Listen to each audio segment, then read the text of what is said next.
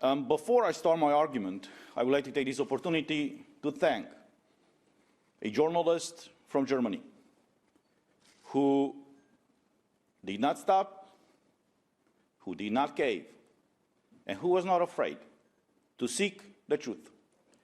When this journalist, whose name I don't know, saw the news out there in the month of April of 2021, that Ursula von der Leyen signed a contract with Pfizer for 1.8 billion, not million, billion with B, new doses of Pfizer vaccines. The guy requested from the European Commission, based on the regulation, the EU law, that gives you guys access as journalists to documents held by the Commission.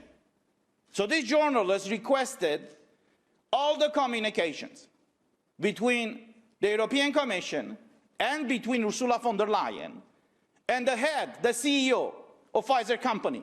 The answer that this journalist received from the European Commission was that they cannot give him the personal messages or the direct messages between Ursula von der Leyen and the head, the CEO of Pfizer. The journalist did not stop there. He filed a complaint with the Ombudsman Office. In the month of September of last year, it was publicly announced by the Ombudsman Office that they are starting an investigation. I'm not here to criticize the media, but I have to tell you guys, the Brussels media was only one outlet who reported the story. We as MEPs, we found out 2 weeks afterwards about this investigation.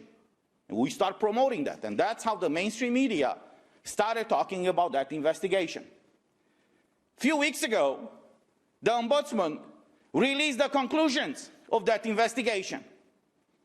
And the Ombudsman Office said, and I quote, there was maladministration when the European Commission, and implicitly the head of the European Commission, Ursula von der Leyen, refused to release, to disclose these personal communications between her and the Pfizer CEOs.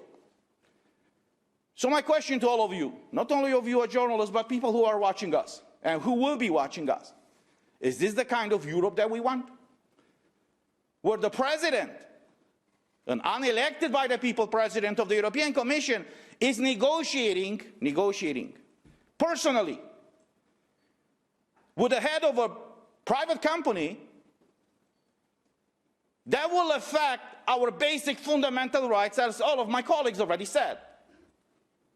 We should, not only that we are entitled by law and by the Treaty of the European Union to have access to these documents, but it should have been her, the first one disclosing this information to us as MEPs, to you as journalists, and to everybody living in the European Union, because we are all affected by these decisions, and that did not happen.